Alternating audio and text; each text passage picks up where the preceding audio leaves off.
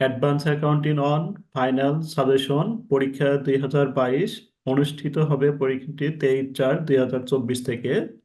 আমি এখানে advance accounting ওয়ানের বই অনুসারে সাজাইনি। এখানে হচ্ছে আমাদের যে অধ্যায়গুলো আমরা খুব দ্রুত করে বেশি মার্ক তুলতে পারি, এই অনুসারে অধ্যায়গুলো সাজা দেওয়া আছে। যেমন এখানে 1 নম্বরের যে অধ্যায়টা দিয়েছি, এখানে আমি চ্যাপ্টার 3 দিয়েছি। দেখেন চ্যাপ্টার থ্রিতে এখানে দেওয়া আছে হচ্ছে আমাদের কয়টা 5 স্টার দেওয়া আছে। এই চ্যাপ্টার 3, চ্যাপ্টার 6, চ্যাপ্টার 1, এই 3টা চ্যাপ্টার অবশ্যই আগে আমরা ভালোভাবে করব। যে অ্যাডভান্স অ্যাকাউন্টিং অনের আমাদের এই 3টা অধ্যায় খুবই সিম্পল অধ্যায়, কিন্তু এই 3 অধ্যায় করলেই আমাদের ফার্স্ট ক্লাস মার্ক পাওয়া যাবে। আমরা আগে এই 3 অধ্যায় কমপ্লিট করব, তারপরে বাকি অধ্যায়গুলো করব। তাহলে এই 3 অধ্যায় সবাই আগে 3টা অধ্যায় ভালোভাবে কমপ্লিট করবেন। দেখেন এখানে আমাদের চ্যাপ্টার 3তে আছে হচ্ছে রেভিনিউ রিকগনিশন। রেভিনিউ রিকগনিশন থেকে জাস্ট আমরা যে ম্যাথটা দিয়েছি, রেভিনিউ রিকগনিশন থেকে এখানে 4টা ম্যাথ দেওয়া হয়েছে। এই 4টা ম্যাথ করলেই আমাদের, অর্থাৎ এই 4টা ম্যাথের মধ্যে আবার আপনারা দেখবেন যে 1 নম্বরের সাথে 2 নম্বরের 95% মিল আছে। তার মানে 1 নম্বর এবং 3 নম্বর, এই 2টা ম্যাথ করলেই আপনি 3 নম্বর এবং 4 নম্বর ম্যাথটা কমপ্লিট করতে পারবেন। তাহলে মূলত পাই এখানে 2টা অঙ্ক। তাহলে আমরা রেভিনিউ রিকগনিশন থেকে এই 4টা অঙ্ক ভালোভাবে অবশ্যই দেখব। আর তারপর আমাদের আছে হচ্ছে চ্যাপ্টার 6 হচ্ছে accounting for operating segment. Accounting for operating সেগমেন্টে আমাদের সহজ সহজ ম্যাথ এই 2টা। দেখেন এখানেও 4টা ম্যাথ দেওয়া হয়েছে। আর accounting for stock holder equity, accounting for stock holder equity থেকে আমাদের এখানে আছে হচ্ছে 5টা ম্যাথ। এই 5টা ম্যাথের মধ্যে আমাদের এই 5টা অনেকগুলো ম্যাথ আছে, তার ভিতর থেকে জাস্ট 5টা ম্যাথ দিছি, কিন্তু এই 5টা ম্যাথ করতে পারলে আপনি যে কোনো ম্যাথ আসলে মিলাইতে পারবেন। তার মানে আমরা যদি এই 3টা চ্যাপ্টার করি, তাহলে এই 3টা চ্যাপ্টারে আমাদের কিন্তু জাস্ট এই 3টা চ্যাপ্টারে জাস্ট এখানে 13টা ম্যাথ দেওয়া আছে। তাহলে এই 13টা ম্যাথের মধ্যে আবার দেখবেন 1 নম্বরের সাথে 2 নম্বরের মিল আছে, 3 নম্বরের সাথে 4 নম্বরের মিল আছে। তার মানে দুইটা যদি বাদ দিই, তা 11টা ম্যাথ। তাহলে এই যে 11টা ম্যাথ, এই 11টা ম্যাথে আমাদের রেকর্ডেড যে ক্লাস, 11টা ম্যাথের জন্য আমাদের রেকর্ডেড ক্লাস আছে হচ্ছে আপনার সর্বোচ্চ 4 ঘন্টা রেকর্ডেড ক্লাস। যে 11টা ম্যাথের জন্য সর্বোচ্চ 4 থেকে 5 ঘন্টা রেকর্ডেড ক্লাস আছে, সর্বোচ্চ 4 থেকে 5 ঘন্টা রেকর্ডেড ক্লাস। তাহলে আপনি 5 ঘন্টা করে 5 ঘন্টা রেকর্ডেড ক্লাস আপনি দেখতে কিন্তু আপনি চাইলে একদিনেও দেখে নিতে পারেন। তাহলে একদিনে দেখে কিন্তু আপনি 3 অধ্যায় কমপ্লিট করে নিতে পারতেছেন। অথবা আপনি যদি চান যে আজকে আমি 2 ঘন্টা, আজকে 2.5 ঘন্টা দেখবো, আগামীকাল 2.5 ঘন্টা দেখবো, 2 দিনের মধ্যে আপনি এই 3টা চ্যাপ্টার ক্লিয়ার করে নিতে পারতেছেন। যারা অ্যাডভান্স অ্যাকাউন্টিং ওয়ান নিয়ে হেজিটেশনে আছেন, তারা মাত্র 5 ঘন্টার ক্লাস করলেই কিন্তু এখানে আপনি 13টা ম্যাথ করতে পারতেছেন। 5 ঘন্টা, তাহলে 13টা ম্যাথ করলে কি হবে? যেমন রেভিনিউ রিকগনিশন এবং স্টক হোল্ডার ইকুইটি, এইখান থেকে আপনার যে কোনো একটা চ্যাপ্টার থেকে আমাদের 2টা ম্যাথ হইতে পারে সি পার্টে। পার্ট 3-তে যদি এখান থেকে যে কোনো অধ্যায় থেকে যদি ডাবল ম্যাথ হয়, 2 চ্যাপ্টার থেকে তো 2টা আসবেই। তারপরে যদি এক চ্যাপ্টার থেকে ডাবল হয়, তাহলে এই দুই চ্যাপ্টার থেকে কিন্তু আমরা সি পার্টে 3টা ম্যাথ পাইতে পারি। 2 চ্যাপ্টার থেকে 2টা কনফার্ম আসবে। স্টক হোল্ডার থেকেও আমাদের একটা কনফার্ম আসবে। তার মানে এই 3 অধ্যায় থেকে সি পার্টে কিন্তু আমাদের অবশ্যই কনফার্ম 3টা ম্যাথ সি পার্টে থাকবেই। 3টাও থাকতে পারে, অথবা 4টাও থাকতে পারে। আমি লোয়েস্টটা যদি ধরে আপনাদের বুঝাই, দেখেন 3টা ম্যাথও যদি থাকে, 3টা ম্যাথ যদি আমরা অ্যাকুরেট ভাবে করতে পারি, অর্থাৎ এই 3টা ম্যাথে কোনো জায়গায় ভুল করা যাবে না, এই 3টা ম্যাথে যদি আমি অ্যাকুরেট ভাবে অ্যান্সার করতে পারি, তাহলে 30। আর এই 3টা অধ্যায় থেকে আমাদের বি পার্টেও কিছু ম্যাথ থাকতে পারে। বি পার্টে ধরেন আমি একটা ম্যাথই হিসাব করলাম, তার মানে বি পার্টে যদি একটা ম্যাথও আসে, তার মানে এই 3টা অধ্যায় থেকে আমরা ম্যাথ দিয়েই কমপ্লিট করতে পারতেছি 34 মার্ক। তাহলে আমরা যদি এই 3টা চ্যাপ্টার করি, তাহলে 34 মার্কের ম্যাথই কমপ্লিট করতে পারতেছি। তারপরেও তো আমাদের কি এ পার্ট ধরেন, এ পার্টে 6টা হলো, তাহলে 40। তাহলে 40। আর বি পার্টে যদি আমি কিছু থিওরি লিখি, বি পার্ট এবং সি পার্টে থিওরি লিখে আরো যদি আমি ধরেন বি পার্টে আমার থিওরি এবং সি পার্টে থিওরি লিখে 10 যদি পাই, তাহলে 50 মার্ক। কিন্তু দেখেন এই 3টা অধ্যায় করলে আমাদের এবং কিছু থিওরি পড়লে আমাদের 50 মার্ক হয়ে গেল। আর আমরা যদি 10 নাম্বারও পাই, তাও কিন্তু ফার্স্ট ক্লাস। অর্থাৎ সর্বনিম্ন হিসাব করলেও কিন্তু আমরা প্রত্যেকটা সাবজেক্টের এই যে তিনটা চারটা করে অধ্যায় করলে ফার্স্ট ক্লাস পেতে পারি। আর এই তিনটা চারটা অধ্যায় কিন্তু মাত্র 5 ঘন্টার ক্লাস। যে মাত্র 5 ঘন্টায় করলে পরে আপনার সামনে কিন্তু অসংখ্য ঘন্টা পড়ে আছে। তাহলে আপনি এর ভিতর থেকে যদি 5 ঘন্টা একদিনেই যদি 5 ঘন্টা দেখে নিতে পারেন, পরের দিন আবার 5 ঘন্টা রিভিশন করলেন, দেখলেন আপনি তিনটা চ্যাপ্টার ক্লিয়ার হয়ে গেল। তাহলে আমরা এখানে প্রথম টার্গেট হচ্ছে আমাদের এই 3 অধ্যায় ভালোভাবে করব। করার পরে নেক্সট ডে আমরা পরে লিস্ট অধ্যায়ে থেকে এই 3 অধ্যায় আমরা নেক্সট ডে করব। আগে আমরা এই তিনটা অধ্যায় ভালোভাবে শেষ করি। আপনাদের এই 3 অধ্যায় করার জন্য 2 দিন সময় দেওয়া হলো। দেখেন কোন ম্যাথ গুলো করতে হবে। এই 2 দিনের মধ্যে আপনারা এই তিনটা অধ্যায় কমপ্লিট করবেন। কমপ্লিট করার পর যার যেখানে সমস্যা ওইখানে আমাকে আবার বলবেন। দেখেন আমাদের রেভিনিউ রিকগনিশন থেকে যে ম্যাথ গুলো দেওয়া হয়েছে, এই যে প্রবলেম 1, এখানে প্রবলেম 1-এ আমাদের প্রবলেম 1 যে ম্যাথটা দেওয়া আছে, এই ম্যাথটার ভিতরে পাই রেভিনিউ রিকগনিশনের সবকিছুই দেওয়া আছে। তাহলে আমাদের এখানে কিন্তু সেটার সাথে দেখেন পুরোটুকি সমাধান করা আছে। তারপরেও রেকর্ড দেওয়া আছে, আপনারা দেখে দেখে রেকর্ডটা একবার দেখে সুন্দর করে খাতায় সমাধানটা আবার করবেন। এখানে সম্পূর্ণ সমাধান দেওয়া আছে প্রবলেম 2। প্রবলেম 1-এর সাথে টুর দেখেন, এই যে প্রবলেম 1-এ যে স্টেপে যা করছিলাম, টু তো স্টেপে তাই। তাহলে আমাদের একই অঙ্ক দেওয়া আছে। আর প্রবলেম থ্রিতে আমাদের ইনস্টলমেন্টের অঙ্ক। এক নাম্বার এক নাম্বার হচ্ছে কন্ট্রাক্ট মেথডের অঙ্ক, 2 নাম্বার হচ্ছে ইনস্টলমেন্টের মেথডের অঙ্ক। অর্থাৎ 3 নাম্বারও ইনস্টলমেন্ট মেথডে, 4 নাম্বারও ইনস্টলমেন্ট মেথডে। অর্থাৎ 3 নাম্বার ম্যাথ যদি আমি করতে পারি, তাহলে 4 নাম্বার ম্যাথও করতে পারবো। তারপরেও এখানে অ্যান্সার দেওয়া আছে আপনাদের সুবিধার্থে। কিন্তু আপনাদের খালি অ্যান্সার নিয়ে বসে থাকলে হবে না, বাসায় একটু প্র্যাকটিস করতে হবে। Accounting for operating segment. Accounting for operating সেগমেন্টের আমরা এই 5 নাম্বার ম্যাথটা অবশ্যই অবশ্যই ভালোভাবে করব। 5 নাম্বার ম্যাথটা অ্যাকাউন্টিং ফর অপারেটিং সেগমেন্টের এই ম্যাথটাই আসতে পারে। তাহলে এই ম্যাথটা জাস্ট 3টা সূত্র। একটা হচ্ছে কি মার্জিনের একটা সূত্র, টার্নওভারের একটা সূত্র, আর হচ্ছে রিটার্ন অন ইনভেস্টমেন্টের একটা সূত্র, আই আর একটা রেসিডিয়াল ইনকাম। 4টা সূত্র পড়লেই কিন্তু আপনি এই ম্যাথটা ভালোভাবে কমপ্লিট করতে পারবেন। তারপরে 5 নাম্বার যে ম্যাথটা, 5 নাম্বার 6 নাম্বার যে ম্যাথটা আমাদের, 6 নাম্বার ম্যাথটা হচ্ছে আমাদের বলছে হচ্ছে কি যে এখানে একটা কি দেওয়া আছে, drop contribution income statement segment in কিছু ইনফরমেশন দেওয়া আছে। এই কিছু ইনফরমেশন থেকে জাস্ট আমাদের একটা ইনকাম স্টেটমেন্ট তৈরি করতে বলছে। দেখেন এই যে একদমই কিন্তু সিম্পল ম্যাথ। বলছে কি Rakib variety store business on 3 department, অর্থাৎ 3টা ডিপার্টমেন্ট আছে। The following information available for the books of account. এখানে আমাদের দেওয়া আছে কি 3টা ডিপার্টমেন্টের সেলস দেওয়া আছে। এই যে সেলস দেওয়া আছে, A department, B department, C department.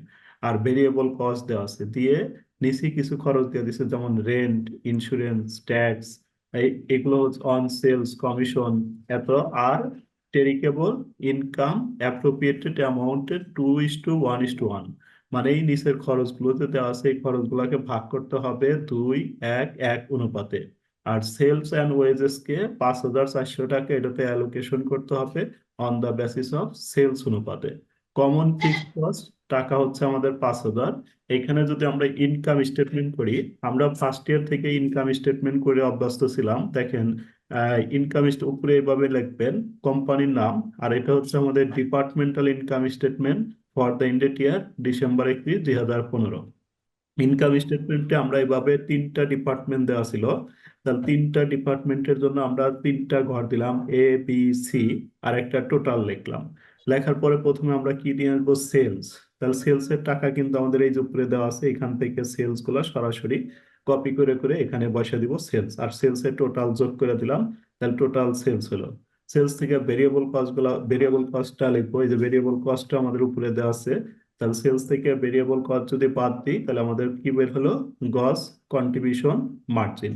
R sales থেকে গস কন্ট্রি, তারপরে টেরিকেবল কস্টের মধ্যে আমাদের যে খরচগুলো আছে, এখানে প্রথমে যে খরচটা আছে এটা হচ্ছে রেন্ট। আর এই যে খরচগুলো আমাদের ভাগ করতে বলছে, এখানে একটা রেশিও দেওয়া আছে আপনার, 2:1:1, এই অনুপাতে আমাদের কি করতে হবে, ভাগ করতে হবে। তাহলে রেন্টটা আমি ভাগ করব 2:1:1। তাহলে রেন্টের টাকা আছে হচ্ছে আমাদের 9,000 9,840 টাকা, এটা আমরা টোটাল লিখে রাখলাম। এই যে টোটালের ঘরে 9,840 টাকা। তারপরে কিভাবে ভাগ করতে হবে? 9,840 টাকা আমাদের প্রথম এর অনুপাত দেওয়া আছে হলো 2, তাহলে এর হচ্ছে 2 ভাগ। তাহলে আমরা গুণন দিব, গুণন 2 ভাগ হচ্ছে এইগুলার যোগফল, ভাগ হচ্ছে কত? 4। গুণন 2 ভাগ 4, তাহলে এর ঘরেরটা বের হবে। বির ঘরে যখন বের করব তখন কি করব? 9,840 ইন্টু 1 ভাগ হচ্ছে 2, 1/4। তাহলে এটা বের হবে, এটাও 1/4। আচ্ছা, রেন্টটা কি আমরা ভাগ করে কি বুঝতে পারছি? এই রেন্ট পর্যন্ত হুম। কি বুঝতে পারছি বলো তো? জি স্যার। রেন্ট, রেন্ট একটু মিউট করে রাখো। রেন্ট যেভাবে ভাগ করলাম সেম একই ভাবে ভাগ করবো হচ্ছে ইন্স্যুরেন্সটা। রাফি, ইন্স্যুরেন্সটা কিভাবে ভাগ করবো বলো তো? তাহলে ইন্স্যুরেন্সটা আমাদের তিন তিন হাজার হাজার একশো বিশে 5 দিয়ে ভাগ, 5 না 4 দিয়ে ভাগ দিব। 3,120 গুণন দিব হচ্ছে 2, আর ভাগ হচ্ছে 4। 4। তারপরে 3,120 গুণন হচ্ছে 1, ভাগ হচ্ছে 4। তারপর আবার পরেরটা 3,120 গুণন হচ্ছে 1, ভাগ হচ্ছে 4। 4 কোথায় 4 পেলাম? এই অনুপাতগুলোর যোগফল হলো 4। যোগফল। তাহলে ইন্স্যুরেন্সটা ভাগ করলাম। তারপরে আমরা কি সেলস কমিশন এভাবে ভাগ করতে পারবো? Sales commission. জি স্যার। আচ্ছা, সেল কমিশন তাহলে আমরা এভাবে লিখবো, দেখেন ইন্স্যুরেন্সটা লিখে, রেন্টটা বুঝলাম, ইন্স্যুরেন্সটা বুঝলাম, ট্যাক্স বুঝলাম, তারপর সেলস কমিশন। সেলস কমিশন একইভাবে ভাগ করব সবগুলো। আর এখানে আমাদের একটা এন্ট্রি দেওয়া আছে salary and wages. Salary and wages allocated মানে বন্টন করতে হবে on the basis of sales, মানে সেলস অনুপাতে। তাহলে স্যালারি অ্যান্ড ওয়েজেস আমাদের কত টাকা আছে? স্যালারি অ্যান্ড ওয়েজেস এর টাকা দেওয়া আছে হচ্ছে 5,000, কত? 5,400। এটা সেলস অনুপাতে বের করতে বলছে। সেলস অনুপাতে বের করার জন্য আমরা টোটাল সেলস দিয়ে ভাগ করব। টোটাল সেল এই যে এখানে আমাদের বের করা আছে না?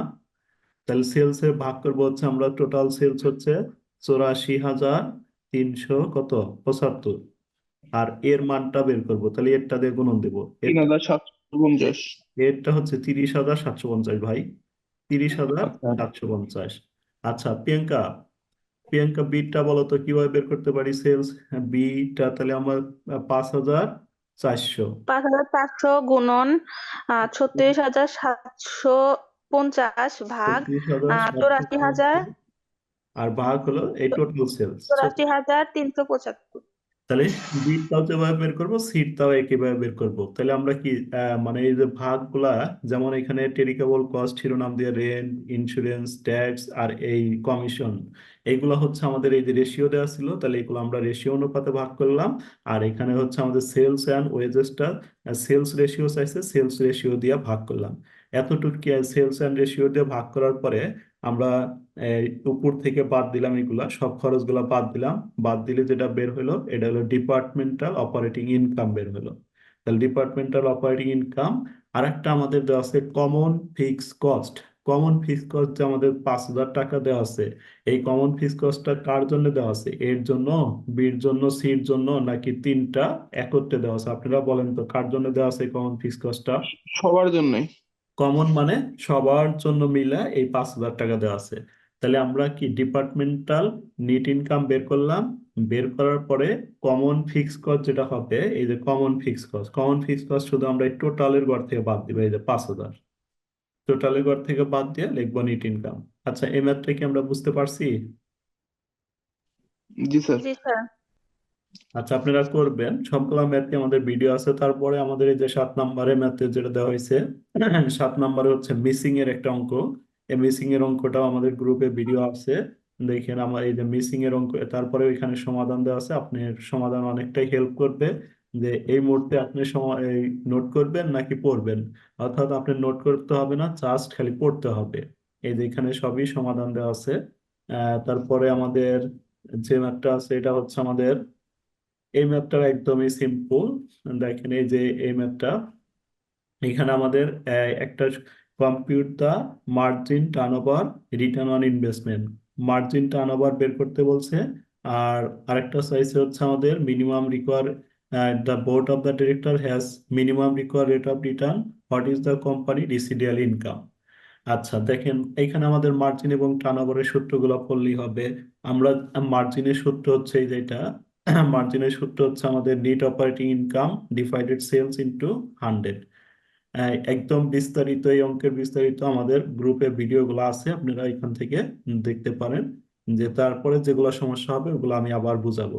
তারপরে accounting for stock holder equity. Stock holder equity থেকে আমরা যে ম্যাথটা করব, এই যে ম্যাথটা করব স্টক হোল্ডার ইকুইটি থেকে, যে এখানে কয়েকটা ম্যাথ দিয়েছি আমি 9 নম্বর থেকে স্টক হোল্ডার ইকুইটির ম্যাথ। আমাদের স্টক হোল্ডার ইকুইটির মধ্যে আমাদের যে ম্যাথটা, এই দুইটা অবশ্যই, এই যে আমাদের 10 নম্বর ম্যাথটা অবশ্যই সবাই ভালোভাবে দেখবেন। 10 নম্বর ম্যাথটা আমাদের স্টক হোল্ডার ইকুইটি থেকে আসতে পারে 10, তারপরে 11, 10, 11, অর্থাৎ আমরা 5টা ম্যাথ দিছি। এই 5টা ম্যাথের কোনোটাই বাদ দেওয়া যাবে না। 5টা অনেক অসংখ্য ম্যাথ আছে, তার ভিতর থেকে আপনাকে জাস্ট 5টা ম্যাথ দিছি। তার ভিতরে এই যে 10 স্টেক হোল্ডার ইকুইটি, 10, 11 আর হচ্ছে আপনার 12, 14, এই 4টা ম্যাথ অবশ্যই ভালোভাবে দেখবেন, আর একটা বাদ দেখেও 5টাই দেখবেন। তাহলে 5টা ম্যাথ এখানে আমাদের এইভাবে, এই যে 13টা ম্যাথ দেওয়া হয়েছে, তাহলে এই 13টা ম্যাথ আমরা এই 3টা চ্যাপ্টার নিয়ে আজকে আলোচনা করলাম। পরের এই 3টা চ্যাপ্টার আপনারা শেষ করেন নেক্সট ক্লাসে। বাকি যে আমাদের আরো 3টা আছে, বাকি আরো 3টা নিয়ে আমরা নেক্সট ক্লাসে আলোচনা করব। আর এই 3টা চ্যাপ্টারে আপনারা সিরিয়াল বাই গ্রুপে ভিডিও পাইবেন। ভিডিওগুলো হচ্ছে আপনারা দেখেন, দেখে কোনো সমস্যা হলে আমরা আবার আগামীকাল যে ক্লাসটা করব এখানে আবার সলভ করে নিব।